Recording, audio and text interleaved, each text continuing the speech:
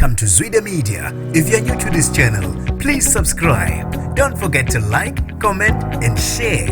Here's a new video for today. Enjoy.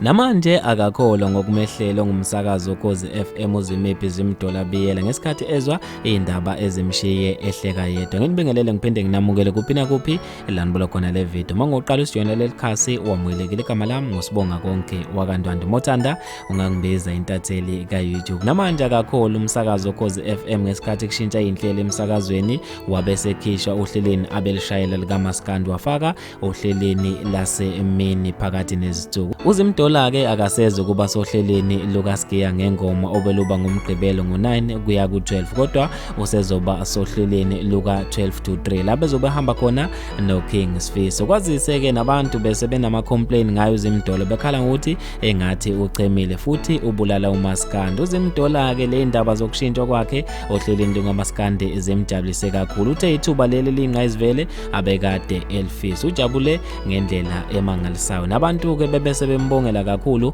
okhona lapha ezikuleni zokuxhumana.